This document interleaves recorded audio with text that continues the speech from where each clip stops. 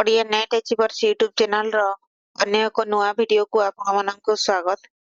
आसंतु आलोचना करिबा अन्नदा शंकर वैकुंठनाथ पट्टनायक कालिंदी चरण पाणिग्राही संपर्क रे 30 गोटी एमसीक्यू। ता पूर्वरु आपण मानक अनुरोध वीडियो भलो लागुथिले Odia Net Achievers YouTube channel को सब्सक्राइब करंतो, वीडियो को लाइक करंतो। आपण मानकर गोटे लाइक मते प्रेरणा जगेइबो। सांग मानकु शेयर करंतु, शेयरिंग इज केयरिंग। हाँ आउ गोटे कथा पीडीएफ पाइबाकू चाहूथिले Odia Net Achievers Telegram channel रे जॉइन करंतु। धन्यवाद। आपणक पई गोटे अनुचिंता ज्ञान अतीतरु मिली थाए किंतु शिक्षा करिवाटा सर्वदा वर्तमान काल रे होय थाए। धन्यवाद।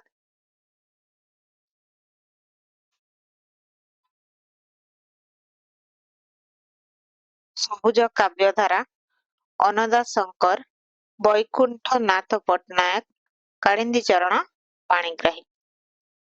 अन्नदा शंकर राय वैकुंठनाथ पट्टनायक कालिंदी चरण पाणिग्राही हरिहर महापात्र और शरद चंद्र मुखर्जी प्रमुख 5 जन रेभेन्सा कॉलेज रो छात्र सबुज साहित्य समिति नाम एक साहित्य अनुष्ठान गढ़ी जो रोमांटिक काव्य आंदोलन सूत्रपात कले ताहा ही सबुज साहित्य धारार सूत्रपात कला।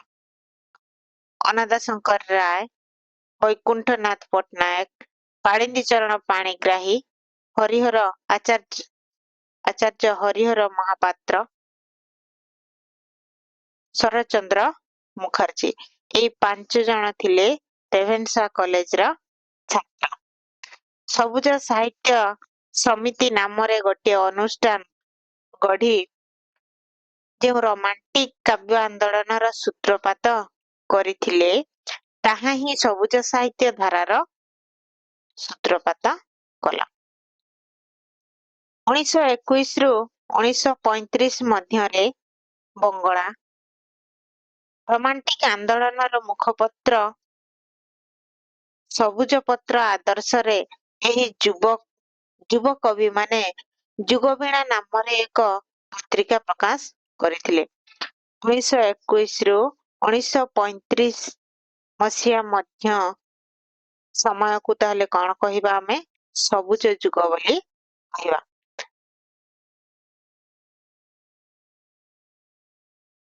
रोमांटिक आंदोलन मुखपत्र सबुज पत्र हाँ बंगलार ठीक सही परी एही युवक माने जुगवीणा नाम एक पत्रिका प्रकाश करथिले।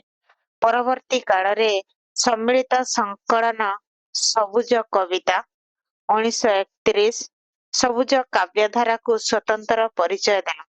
परवर्ती समय रे सम्मिलित संकलन माने समस्ते मिसिकी गोटे कविता संकलन करथिले सबुज कविता नाम 1931 मसिया रे एहा सबुज काव्यधारा को एक स्वतंत्र परिचय देथिला। स्वप्न कल्पना विषादबोध रहस्यबोध और पलायनवादरे एही साहित्य गतिशील होइथिले हैं सबुज गोष्ठीर कवि माने उत्तर 30 बेलको निज निजर काव्यादर्श परिवर्तन करे वास्तवानुगामी होइथिबार जणा जाय। स्वप्न कल्पना विषादवाद रहस्यबोध और पलायनवादरे एही साहित्य गतिशील होइथिला। को साहित्य सबुज साहित्य किंतु परवर्ती काल रे ने उत्तर 30 बेलको निज निजर काव्यादर्श परिवर्तन करिथिले ए कवि माने तापरे से माने वास्तवानुगामी होइथिबार जणा जाय। से माने वास्तव अनुगामी होइथि। चलंतु आजिर प्रथम प्रश्न आलोचना करिबा।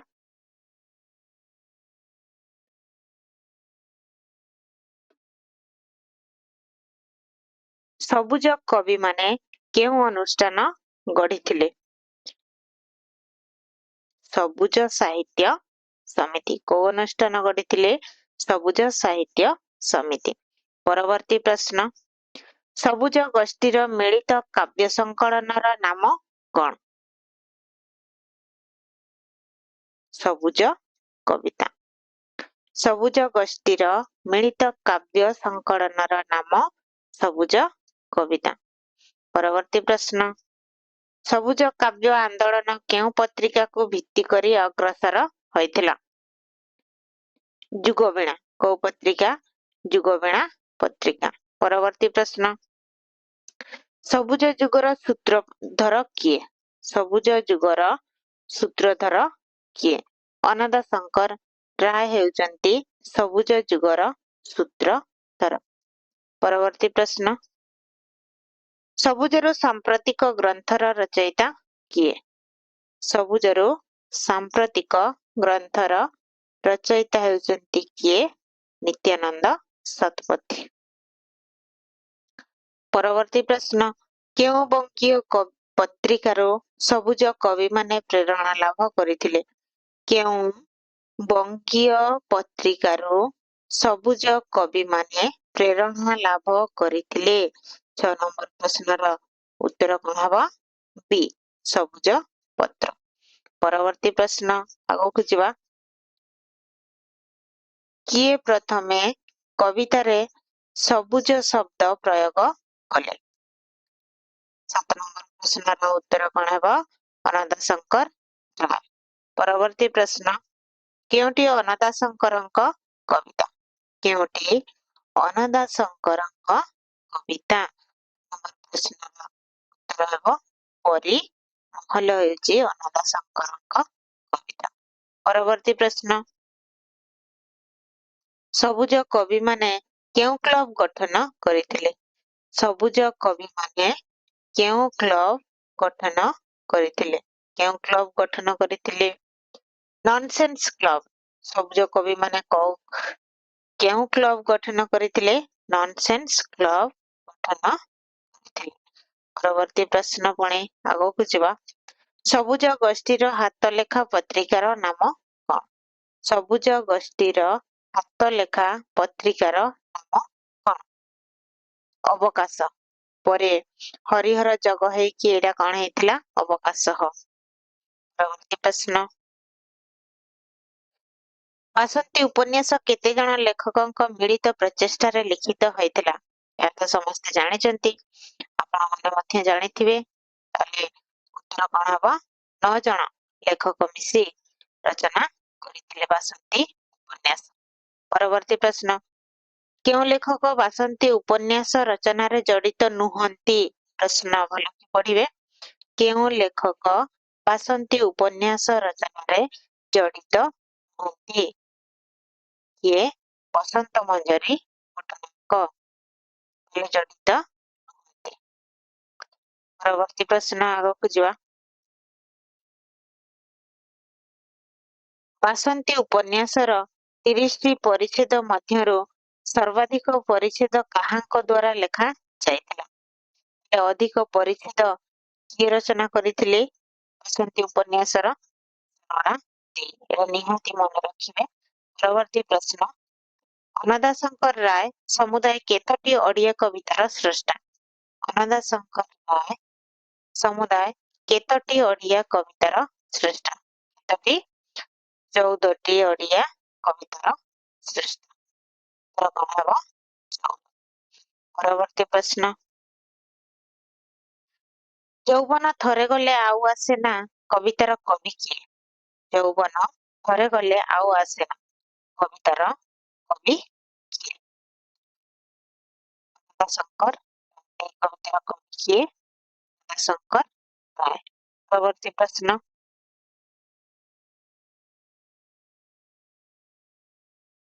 ଯିବା ପଳାଇ ଦୂରେ ସୁଦୂରେ ସପନ ଲକେ ଗୋପନ ପୁରେ ବୋଲି ଅନନ୍ତ ଶଙ୍କର କେଉଁ କବିତାରେ ଲେଖିଛନ୍ତି?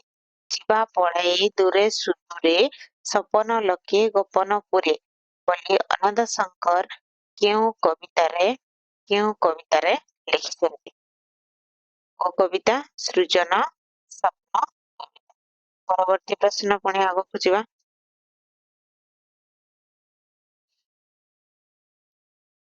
ଯାତ୍ରା ସଙ୍ଗୀତ କବିତାର ମର୍ମ କଣ? ଯାତ୍ରା ସଙ୍ଗୀତ କବିତାର ମର୍ମ ରହସ୍ୟବାଦ। ନିହାତି ମନେ ରଖିବେ, ଯାତ୍ରା ସଙ୍ଗୀତ କବିତାର ମର୍ମ ରହସ୍ୟ।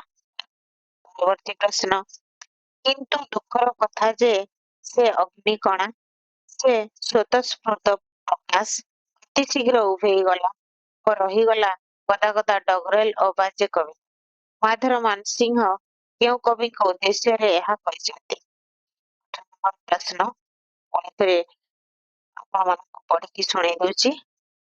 କିନ୍ତୁ ଦୁଃଖର କଥା ଯେ ସେ ଅଗ୍ନିକଣା, ସେ ସ୍ୱତଃସ୍ଫୁର୍ତ୍ତ ପ୍ରକାଶ, ଅତି ଶୀଘ୍ର ଉଭେଇ ଗଲା ଓ ରହିଗଲା ଗଦା ଗଦା ଡଗରେଲ ଓ ବାଜେ କବିତା।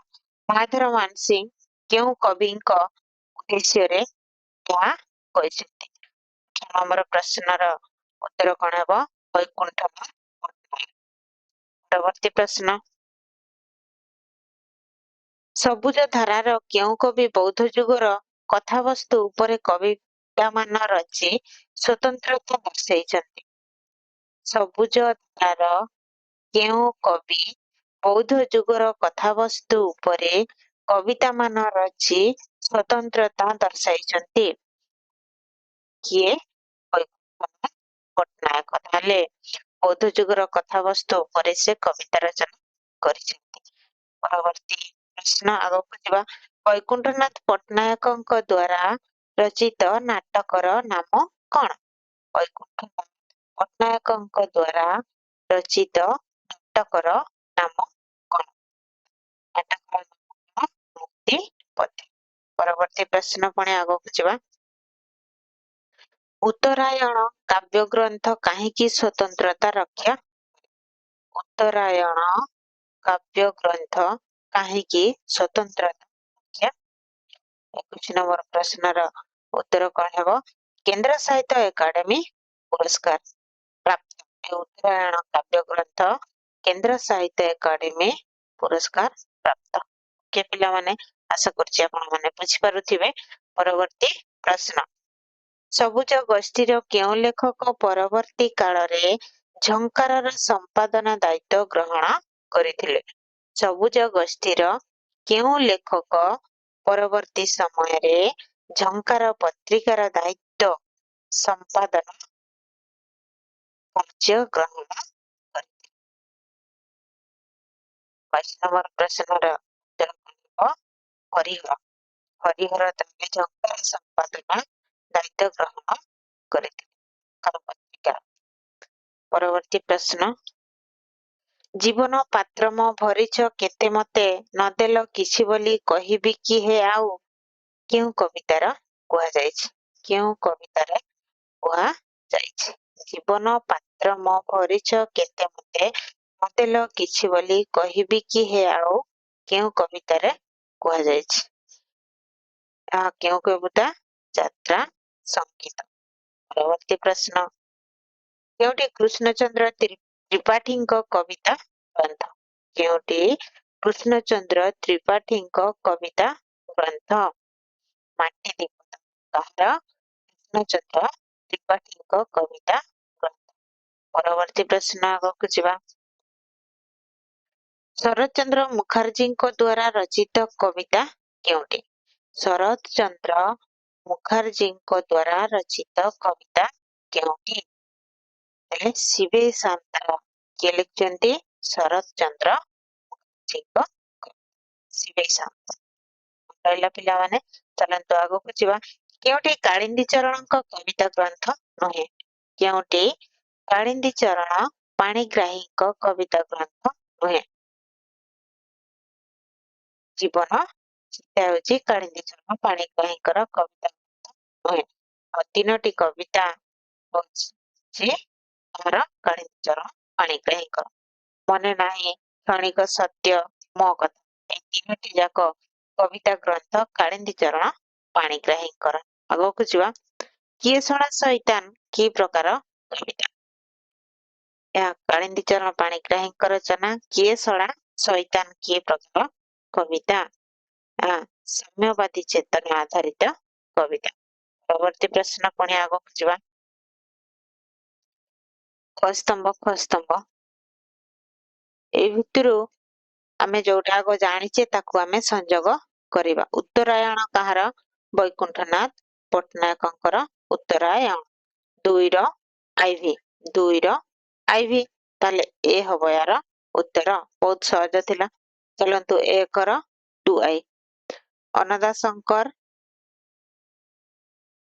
ପରେ ବଙ୍ଗଳା ଲେଖା, ତାପରେ 3ର 3 କାଳିନ୍ଦୀ ଚରଣ ସୌମ୍ୟା। 4ର ଆଇ ସରଳା ଦେବୀ ବାସନ୍ତୀ ଉପନ୍ୟାସର ସର୍ବାଧିକ ପରିଚ୍ଛେଦ ରଚନା କରିଛନ୍ତି। ପରବର୍ତ୍ତୀ ପ୍ରଶ୍ନ, ଆଗକୁ ଯିବା।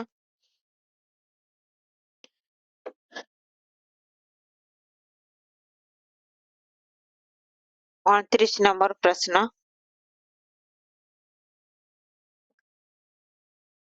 ତାହେଲେ ନନସେନ୍ସ କ୍ଲବ କୋଉମାନେ ଗଠନ କରିଥିଲେ? ନନସେନ୍ସ କ୍ଲବ ରେଭେନ୍ସା କଲେଜର ଛାତ୍ର ମାନେ, ହଁ କି ନାହିଁ? ତାହେଲେ 3ର ଆଇ, ୟେସ୍ 3ର ଆଇ। ତାହେଲେ ଉତ୍ତର କଣ ହେବ? ସି। ଯୋଉଟା ଆପଣ ମାନଙ୍କୁ ସହଜ ତାକୁ ଆଗ ସଂଯୋଗ କରିବେ। ଚାଲନ୍ତୁ ଆମେ ପୁଣି ବାକି ତକ ସଂଯୋଗ କରିଦେବା। 1ର ଟ୍ରିପୁଲ ଆଇ, ବାରୱାରୀ ବାସନ୍ତୀ ଉପନ୍ୟାସ, ଏଇଟା 12 ଜଣ ଯେମିତି ମିଶିକି ଲେଖିଛନ୍ତି, ଏ ବାସନ୍ତୀ ମଧ୍ୟ କେତେ ଜଣ? 9 ଜଣ ମିଶିକି ଲେଖିଛନ୍ତି। ତାପରେ 3ର ଆଇ ଆମେ କଣ ସଂଯୋଗ କରିଦେଇଛେ। 2ର ଆଇଭି, 2ର କଳ୍ପନା ଅଭିଷେକ ପ୍ରତିଭା ଶତପଥୀ, ତାପରେ 4ର 2i ସବୁଜ କବିତା ମିଳିତ ସଂକଳନ। ତାହେଲେ ସି ହବ ୟାର ଉତ୍ତର। ଚାଲନ୍ତୁ ଆଜିର ଶେଷ ପ୍ରଶ୍ନ, ସବୁଜ ପତ୍ରିକା ଯୁଗବୀଣାର ସମ୍ପାଦକ କିଏ ଥିଲେ? ସବୁଜ ପତ୍ରିକା ଯୁଗବୀଣାର ସମ୍ପାଦକ କିଏ ଥିଲେ? ହରିହର ମହାପାତ୍ର। ଇଏ ଥିଲା ଆଜିର 30 ଗୋଟି MCQ। ଆଶା କରୁଛି ଆପଣ ମାନଙ୍କୁ ଭଲ ଲାଗିଥିବ। ନିମ୍ନରେ ପୁଣି ଆପଣ ମାନଙ୍କ ପାଇଁ ଉତ୍ତର। ଭିଡିଓ ଭଲ ଲାଗୁଥିଲେ ଲାଇକ୍, ସେୟାର ଏବଂ କମେଣ୍ଟ କରିବାକୁ ଜମାରୁ ଭୁଲିବେ ନାହିଁ ଏବଂ ସବସ୍କ୍ରାଇବ ମଧ୍ୟ କରିଦେବେ ଚ୍ୟାନେଲକୁ। ପୁଣି ଦେଖା ହବ ଅନ୍ୟ ଏକ ଭିଡିଓରେ। ଆଜି ପାଇଁ ରହୁଛି। ନମସ୍କାର ପିଲାମାନେ।